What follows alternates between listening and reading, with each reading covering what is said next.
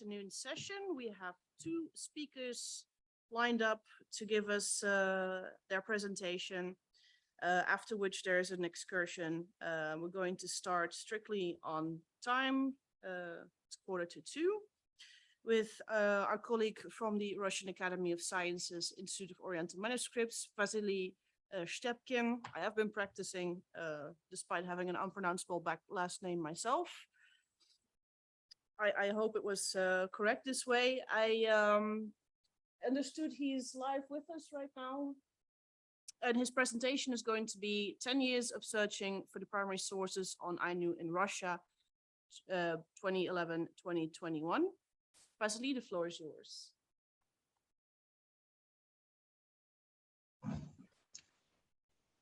Hello, dear friends. Do you hear me and do you see my presentation?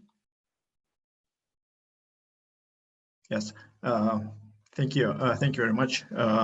First of all, I wanted to say thank you to organizers, to local organizers in Lisbon, and to the head and secretary of EAJRS. Then I want to thank all of you who attended last year in our EAJRS conference here in St. Petersburg.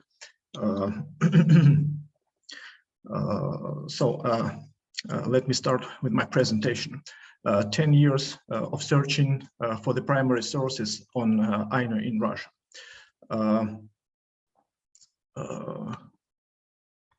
During my presentation, I want first to speak a bit about sources on Ainu and their culture in general, and their history in general, as a methodological challenge for researchers. Then I'll speak a little about our Institute of Oriental Manuscript project with some Japan's institutions. Then I'll tell you about some of our findings of the sources on Ainu in Russian and some institutions outside Russia, and then a bit about our first steps toward the database of Ainu related materials. The topic of this year's EAJRS conference is resources on Japan in a wider Asian context. So when we hear this wider Asian context, I guess more people consider Korea, China, Taiwan, and this East Asian region firstly, but we can make this context wider by looking to the north or to the northeast, to Japan as a part of Northeast Asia. So when we look in this direction, I think first of all we remember the Ainu as one of the indigenous people of Japan's archipelago. And during recent decades, in both Japan and Russia, the Ainu, their history, culture, and language are under more and more attention by both society and researchers. So in Japan, the law for promotion of the Ainu culture was enacted in 1997, and from that time on, a new era began toward the research of Ainu and their history and culture. And it not ended, but somehow formed with the opening of National Ainu Museum in 2020, just 2 years ago. During all these processes, we reevaluate this direction, this north direction, and this route from Japan through Hokkaido and Sakhalin and Kuril archipelago towards northeast Eurasia, not only in modern or early modern times, but more beyond in medieval and even ancient times as well, even from Paleolithic and Jomon periods. But at the same time, if we speak about Ainu or their predecessors on the lands, Jomon culture, Okhotsk culture, and other archaeological cultures in this region, we should recognize that we should admit that all these cultures or their porous societies didn't have a state authority and their own writing systems. So the transfer of knowledge of their history and traditions were made only in an oral way. So when we speak about history, especially early modern and modern history, we should lean on Chinese, Japanese, Russian, or European written narrative resources. So during these recent decades, not only more attention was paid toward the study of Ainu and their culture, but the approach to the history of this region and the people who have been living in this region has been moving as well. For example, in 19th and first half of 20th century, the history of this region was understood as a borderland, as lands, territories that should be divided, that are to be divided between nation states or empires, Russian, Japan, or Chinese empire, and so on. But during recent decades, this approach had much transferred into those of that of the history of these lands as a bridge between different societies and cultures and peoples around this Okhotsk and Japan seas. And finally, now we have come to that point that we are almost ready to speak about the history of Ainu and their predecessors on these lands as a history of people, although we need to base on some non-Ainu language materials, written materials in this research. One more point we should keep in head when we're dealing with the history, especially early modern and modern history of these lands and Ainu people, is that the expeditions from both Russia, Japan, or some European states to this region were one of the factors, important factors in breathing the history into these lands, pushing them and starting, getting a start to some processes that changed a lot the society and culture of local peoples and their economic and trade interaction and so on. So some more about our projects. This project related to the history of Ainu started in 2008 with a study of two account books showing Japanese Ainu trade on southern Sakhalin in early 19th century, which some researchers from Historiographical Institute of Tokyo, University of Tokyo discovered in the collection of our Institute of Oriental Manuscripts. And this provided a base for the further interaction.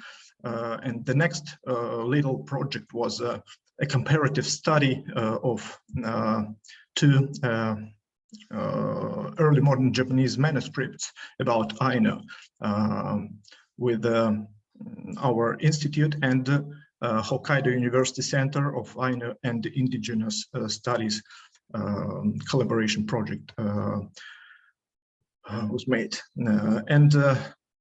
The next one was the project on searching and cataloging primary sources on Ainu in Russian archives. And this is what I'm going to speak about more precisely today. And the last one is not our project with Japan's institutions, but only within Institute of Oriental Manuscripts. It's the project that called Ainu in the history of Russia-Japan relations from 18th to 20th century.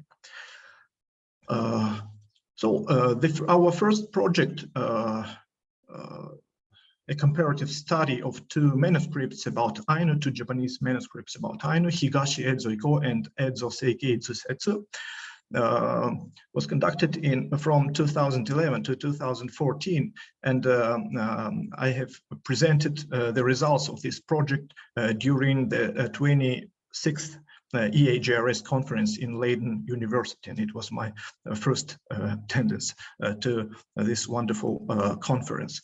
But this project gave a start to the further study of Japanese manuscripts and the woodblock printed books about Ainu in the collection of Institute of Oriental Manuscripts.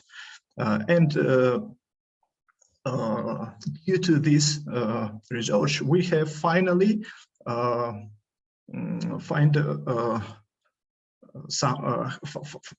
out some ways that materials about Ainu came to Russia from Japan, or from the expeditions that were dispatched to Ainu lands or Japan, and how they finally reached St. Petersburg or Moscow or other research centers here in Europe. So finally, we have found some Ainu-related materials in these institutions that you can see on the screen now.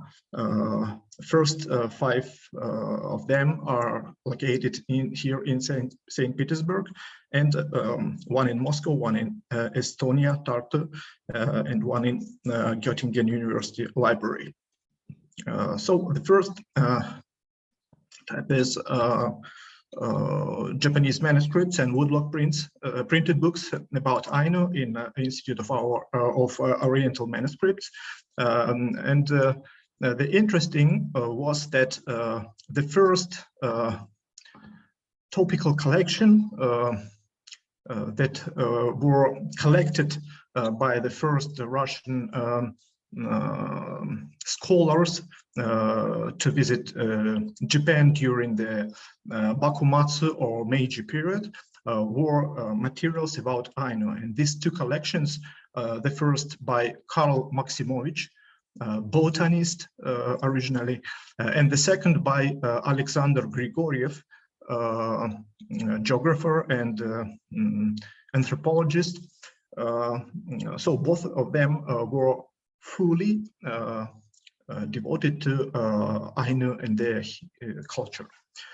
And some other books and manuscripts have reached our institute within the collections by Josip Goshkevich, the first Russian consulate to Japan, and collection from the libraries of southern Sakhalin after the Second World War. Other materials on Ainu in our Institute of Oriental Manuscripts are as following. These are, first of all, lists of Ainu language words compiled by Goshkevich or by Nikolai Ryazanov, the Russian ambassador to Edo, Japan in early 19th century. And the second type is records of Ainu folklore, songs and so on, in Ainu language with some Russian translations collected by Bronislav Pilsudski in the end of 19th century and by Nikolai Nevsky in Otaru in 1919 to 1922. The collection of Japanese books and manuscripts about Ainu brought by Alexander Grigoriev has led us to the Russian Geographical Society. Alexander Grigoriev was a secretary of this society. So in his archives, within this, the library of Russian Geographical Society, we have found also some translations of these Japanese manuscripts about Ainu into Russian made by some Japanese native Kawasumi Masanori in 19th century. Lists of Ainu language words that collected by Grigoriev on Hokkaido, and the manuscript of Ainu Russian dictionary made by another Russian explorer, Rudanovsky, on Sakhalin in the middle of the 19th century. Some manuscripts, especially maps or charts, were brought to the Admiralty, and finally now they are stored at the Russian State Archives of the Navy. And these are, of course, accounts by Russian naval expeditions to the Ainu lands, to the Kuril archipelago of Sakhalin or Hokkaido during 18th and 19th centuries. And another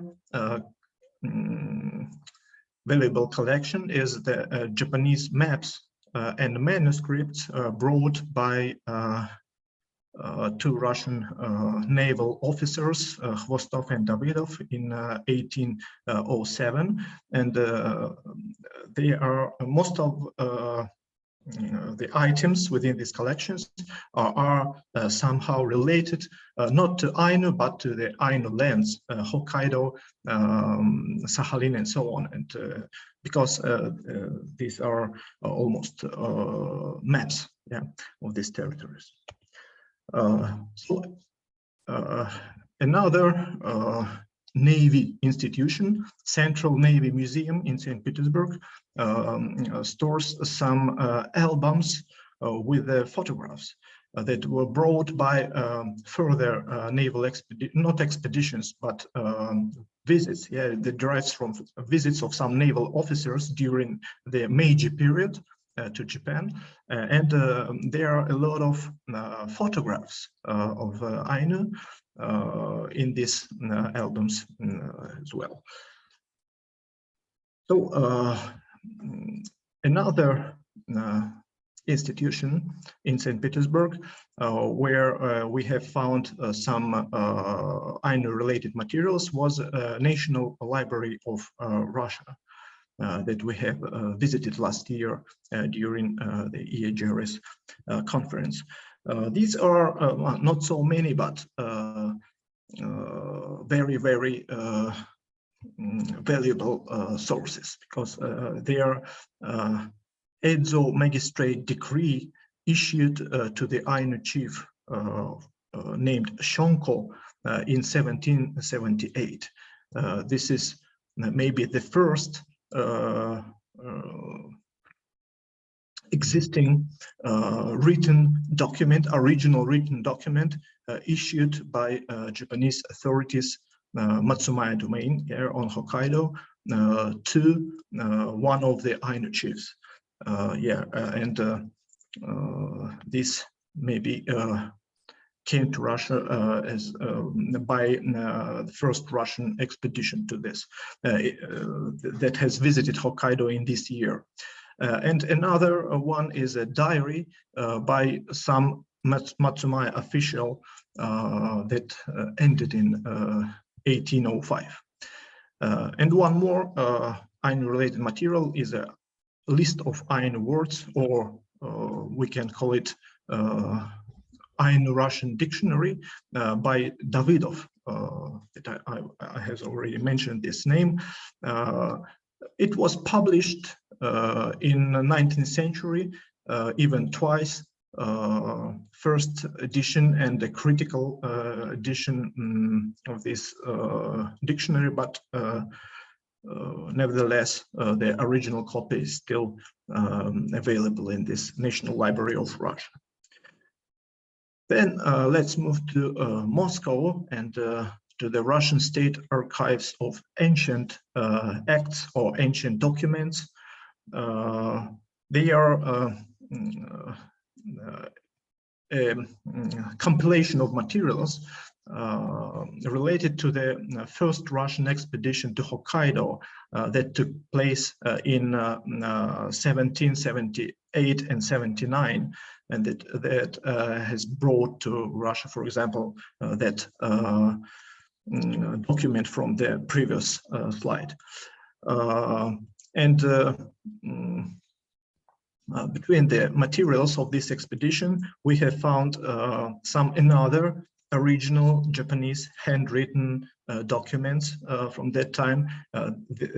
These are name cards of Matsumaya domain officials and a receipt that from that officials that they have obtained some presents from Russian side and are obliged to deliver them to their chief in Matsumaya and so on. They are a map of southern Kurils showing not only shores and waterways, but Ainu villages and fortresses as well. And this is very, very valuable for the history of this region and Ainu who live there. And there one more very valuable source in Russian language, lists of Ainu names of Ainu who lived in the southern Kuril Islands and northeastern Hokkaido. There are more than 1,000 names there, and this is very, very informational source, not only in means of the history or the demography of this region, but also in Ainu language, linguistics, because it's very, very valuable, linguistical source as well. So, and one more source that is originated from that expedition of 1778 and 79 is this picture showing the meeting of Russians, Japanese, and Ainu in the northeastern tip of Hokkaido Island. This picture, the only one, is now stored at the Göttingen University Library, the place that we failed to travel to with our Japanese colleagues due to the pandemic started in 2020. But I hope this will be our next place to visit.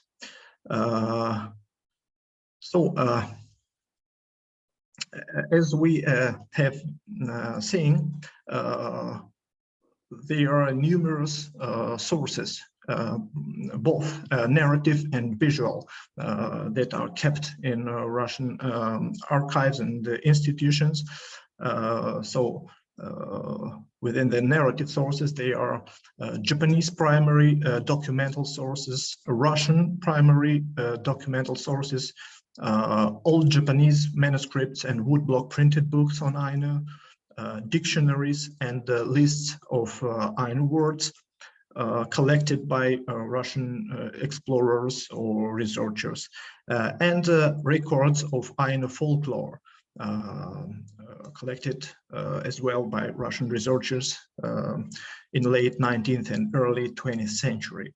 And as for visual sources, they are Japanese and Russian maps of Ainu lands, pictures of Ainu, and photographs of Ainu and their villages as well. So our next step is to make a kind of database or a research guide for those who want to make their own research on Ainu, their history or culture, basing on materials from Russian archives as well. Another tip for these future researchers would be the showing of origin of these materials, or how they have came to Russia, and all of these materials I have already spoke about originated from one of these expeditions, of 18th or 19th century. You can see on this slide as well. You have 3 minutes. Okay, thank you. Some published results of our project. This year, in 2022, we have published some materials from the Russian State Archives of Ancient Materials in Moscow. This collection of documents was published by Hokkaido University in Sapporo, and one more is the Japanese manuscripts about Ainu and their translations into Russians. We have published this book here in St. Petersburg. I want to thank our team, who all these years worked together, visiting each other every year and traveling together in St. Petersburg and outside, and even outside Russia as well. Here you can see the team of our little, the members of our little team. Yeah. So thank you for your attention. I will be very happy to answer your questions if they will be. Thank you.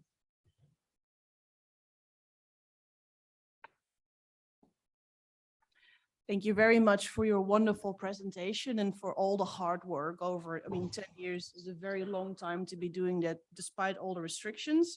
I'm happy that we still have some time for questions. I would like to open the floor for anyone. I have several, but I'm pretty sure in the audience, yes, over here. Microphone's on its way.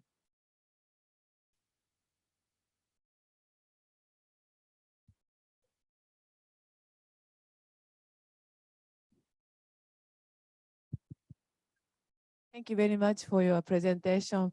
My name is Keiko Yokota Carter. I'm from University of Michigan Library. Our faculty at the Michigan, the Professor Kevin Carr, he is leading a project of creating online, like a open access resource about Ainu, Ryukyu culture and art. And I would like to share your presentation with him because I'm collecting a lot of materials. And I was very looking forward to your presentation today. So I thank you very much. And please share your PowerPoint at least. And you mentioned that you are creating database. So Yes. is it still on the way in the process? It's not completed. Yes. First of all, thank you very much. Frankly speaking, I didn't know about these activities in the United States towards this database of Ainu-related and Ryukyu-related materials. I would be very happy if you join our attempts together. And of course, my presentation will be able on the EAJRS website after this conference. Yes, we are now only beginning to make up work on database because there were some other plans which were connected with the traveling to another institutions outside Russia in Europe, but due to pandemic, our projects with the Japan's institutions stopped for some time, and I think this decision to make a kind of database of these sources is an alternative route for our further interaction. So I hope in the future months or maybe a couple of years we will make it real. Thank you very much. And I'll make a connection between you and I'll connect you with Professor Kevin Carr. So probably he can work with you too. Thank you very much. Thank you. Thank you. Any further questions from the audience? Actually, then I'll have a question or maybe a little bit of a follow-up. I was also wondering with this database formation, if it is something that other institutions and countries can also, I don't want to say hijack, but add to, because not all of us have the resources to build and maintain a database. But I would love to add what we have, for example, to initiatives like in Michigan or what you're working on. And I would like to know more if that is a possibility for the future. And then also things like IIIF to digitally reconstruct Ainu-related materials. I don't know if that's something you're also considering in this project, but I would really applaud that if that was a possibility. Yes, I would only say that yes, this is we see this database not as a database that is made by the institution that stores these materials, but as a research database, which connects different institutions on this topic of Ainu. So it would be a kind of a more like research guide, but not a database with a very, very detailed information about each item.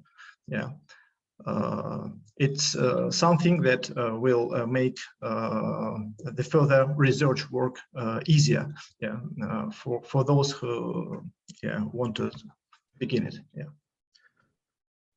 Thank you very much. Can I have one more round of applause for Vasilii?